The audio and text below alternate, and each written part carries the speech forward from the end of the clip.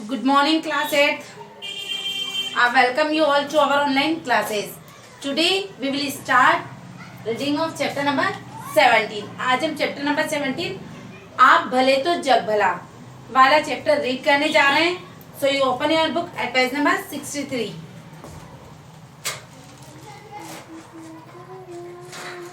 देखिए, हम chapter number 17 को रीड करने से पहले इसके कुछ कठिन शब्द और अर्थ के बारे में जान लेते हैं. शक्ल का अर्थ होता है रूप या चेहरा. हम शक्ल को रूप बोलते हैं, चेहरा बोलते हैं, बनावट बोलते हैं. प्रतिध्वनि, प्रतिध्वनि मतलब किसी शब्द से उत्पन्न वैसा ही शब्द या ध्वनि या गूंज भी हम इसे बोल सकते हैं. गश्त खाना, गश्त खाना का अर्थ होता है मूर्छित होना, मतलब बेहोश हो जाना.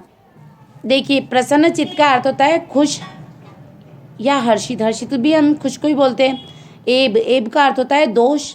हितकर, हितकर मतलब फायदेमंद या लाभकारी.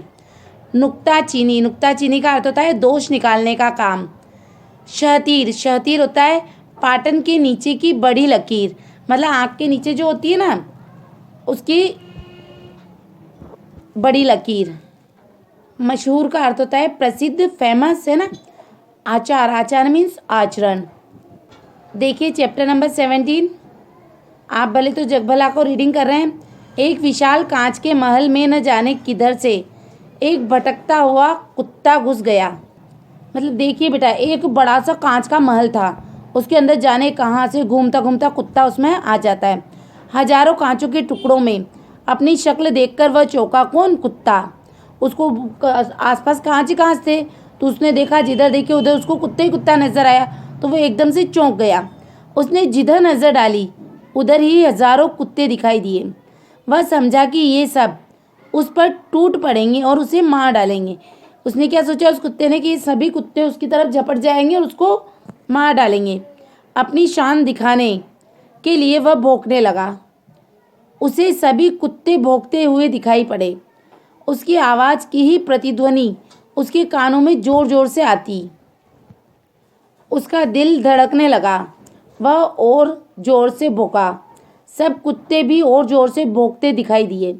आखिर वह उन कुत्तों पर झपटा, वे भी उस पर झपटे. बेचारा जोर जोर से उछला कूदा, भौंका और चिल्लाया. अंत में गश्त खाकर गिर पड़ा. अंत में क्या हुआ? वो बेहोश होकर नीचे गिर गया. कुछ देर बाद उसी महल में एक दूसरा कुत्ता आया. उसको भी हजारों कुत्ते दिखाई दिए. वह डरा नहीं. प्यार से उसने अपनी दुम हिलाई. दुम मतलब उसने अपनी पूंछ हिलाई.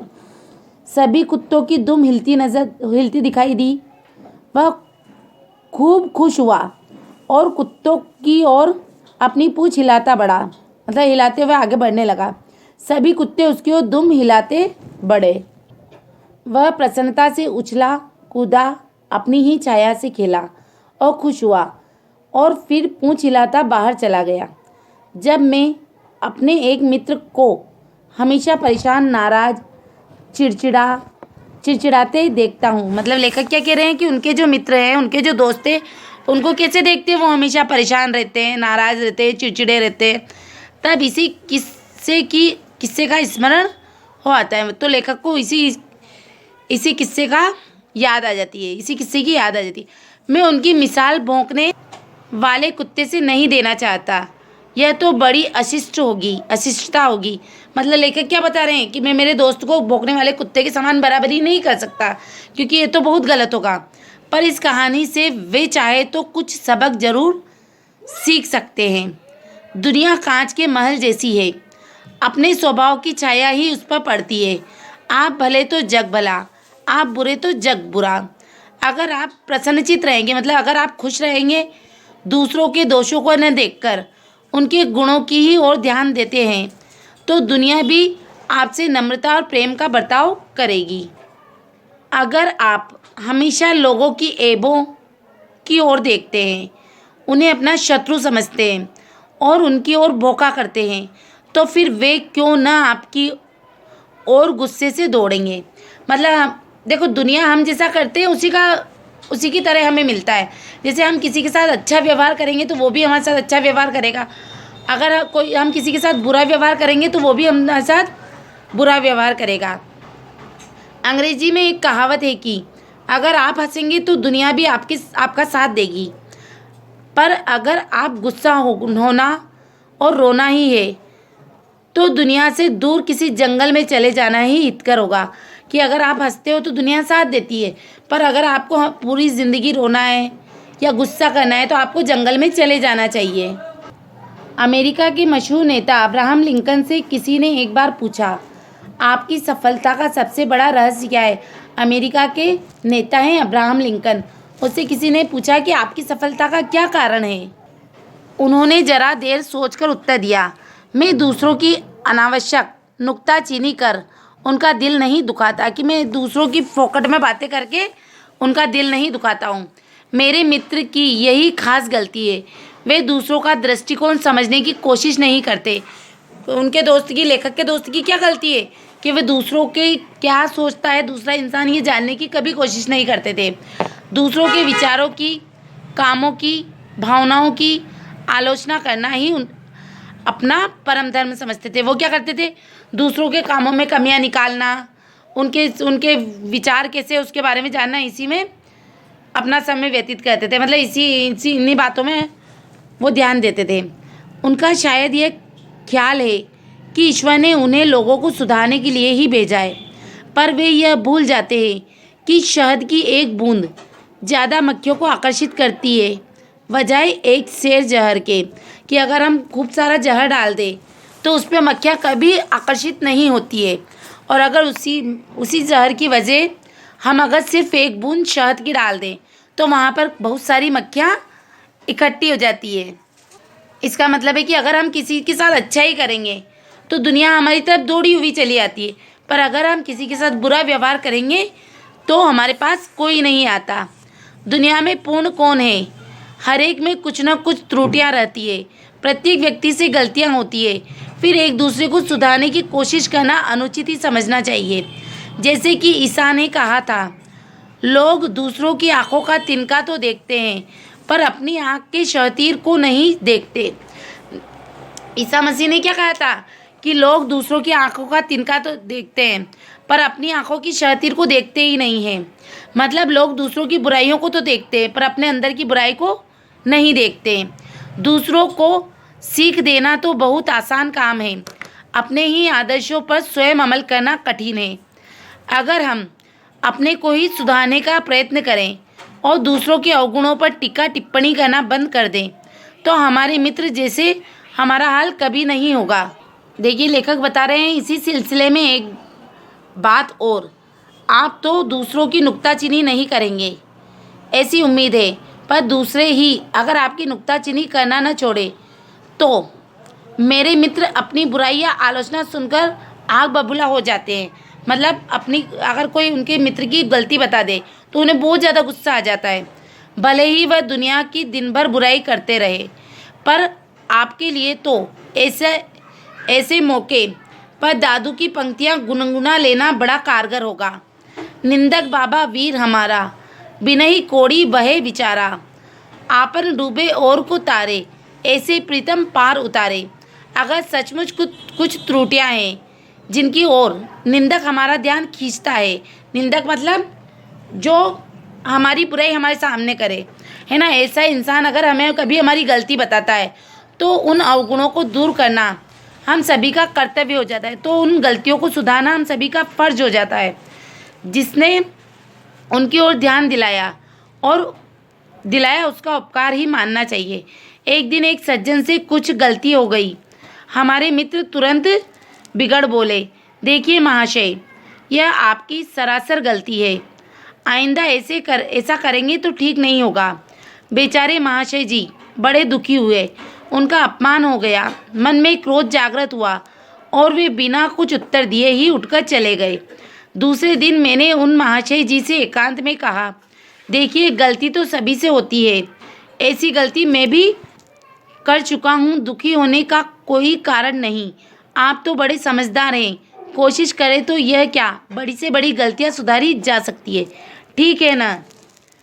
उनकी आंखों से आंसू झलझला आए, बड़े प्रेम से बोले, जी हाँ, मैं अपनी गलती मानता हूँ, आगे भला मैं वही गलती क्यों करने लगा। पर कोई मोहब्बत से पेश आए तब ना, कि कोई हमें प्यार से ये बात बताए तभी ना। आदमी प्रेम का भूखा रहता है। जब सरदार पृथ्वी सिंह ने हिंसा का मार्ग त्याग कर अपने को बापू के सामने अर्पण कर दिया, तब बापू को बहुत खुशी और संतोष हुआ। मतलब पृथ्वी सिंह क्या थे, हिंसक थे, वो मार काट डकैती ऐसे काम करते थे। तो उन्होंने क्या किया था, हिंसा का रास्ता त्याग कर महात्मा गांधी के पास चले आए थे। इससे गांधी जी को बहुत संतोष हुआ था। पर बापू जहाँ प्रेम और सहानुभूति की मूर्ति थे, वहाँ बड़े परीक्षक भी थे। मतलब वो परीक्षा लेना नहीं छोड़ते थे किसी की। कुछ दिनों बाद उन्होंने पृथ्वी सिंह से कहा, सरदार साहब, अगर आप सेवाग्राम में आकर मेरे आश्रम में रह सके तभी मैं समझूंगा कि आपने अहिंसा का पाठ सचमुच सीख लिया है। पृथ्वी सिंह जरा चौंक कर बोले, आपका क्या मतलब बापूजी? भाई, मेरा आश्रम तो एक प्रयोगशाला जैसा ही है। जिन लोगों की कहीं नहीं बनती, अक्सर वे मेरे पास आ जाते हैं। उन सबको एक साथ रखने में मैं सीमेंट का काम करता हूँ, और वह सीमेंट मेरी अहिंसा ही है। मतलब मैं कभी हिंसा नहीं करता, और वह उसी अहिंसा से मैं सभी को संभालता हूँ। मैं समझ गया बापूजी। पृथ्वी सिंह ने मुस्कुराकर कहा, आगे की कहानी यहाँ कहने की ज़रूरत नहीं, पर इसमें बापू के प्रेममय व्यवहार की एक झलक मिल जाती है। उन्होंने अपने प्रेम और सहानुभूति से कितने ही व्यक्तियों को अपनी ओर खींचा था। बापू कड़ी से कड़ी आलोचना कर सकते थे और करते भी थे, पर हंसकर मीठी चुटकियाँ लेकर अपना प्रेम दर्शाकर। मतलब गांधी जी अगर किसी को उसकी गलती के बारे में बताते थे तो वो प्रेम से बताते थे हंसकर। अमेरिका के मशहूर लेखक इमर्सन की एक घटना याद आती है। उन्हें गायें पालने का शौक था, इसलिए गायें और नन्हे बछड़े उनके मकान के पास एक कुटी में रहते थे। एक बार जोर की बारिश आने वाली थी। सभी गायें तो झोपड़ी के अंदर चली गई, पर एक बछड़ा बाहर ही रह गया।